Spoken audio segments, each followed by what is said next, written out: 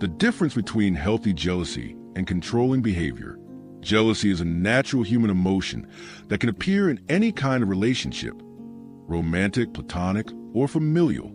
However, there's a significant difference between healthy jealousy, which can be constructive, and controlling behavior, which is harmful and often rooted in insecurity or a need for dominance. Understanding healthy jealousy. Healthy jealousy is often described as a fleeting emotional response to perceived threat to a valued relationship. It might arise when a partner is giving attention to someone else or when one feels vulnerable about being replaced. The key here is that healthy jealousy is temporary, acknowledged, and communicated honestly. This kind of jealousy can serve as a signal that a person cares deeply about their partner and wants to protect the relationship. It can also prompt open conversations that strengthen trust and understanding.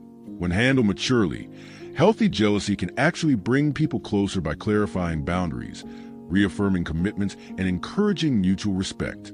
For example, a person might say, "I felt a bit jealous when you spent a lot of time with your coworker. Can we talk about it?" This kind of honest expression opens a dialogue and allows a couple to reconnect emotionally without accusations or hostility. Defining controlling behavior.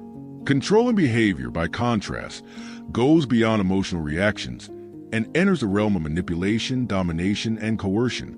It often starts subtly, such as questioning who a partner is texting or discouraging them from seeing certain friends, but can escalate into more overt efforts to monitor, restrict, or dictate a partner's choices. This behavior is not about love or protection. It's about power. The controller may use guilt, intimidation, threats, or emotional withdrawal to enforce their will. They may disguise their actions as caring or say things like, "I'm only doing this because I love you," but the intent is to isolate or suppress the other person's independence. Unlike healthy jealousy, controlling behavior does not encourage open communication. Instead, it shuts down dialogue and creates a dynamic where one person has more power or influence than the other. This leads to emotional harm and, in severe cases, can result in abuse. Key differences in attitude and action. The fundamental difference lies in how each emotion is managed and expressed. Healthy jealousy is acknowledged and discussed. Controlling behavior is enforced and imposed. One seeks understanding, the other seeks control. Healthy jealousy might make a person reflect on their own insecurities and work through them in partnership. Controlling behavior blames the other person and often demands a change to accommodate the controller's feelings. The role of trust and autonomy. Trust is essential in any relationship. Healthy jealousy arises even in trusting relationships, but it doesn't destroy that trust. Instead, it relies on it to be resolved. Controlling behavior, however, thrives in environments where trust is absent or deliberately eroded. Autonomy is also crucial.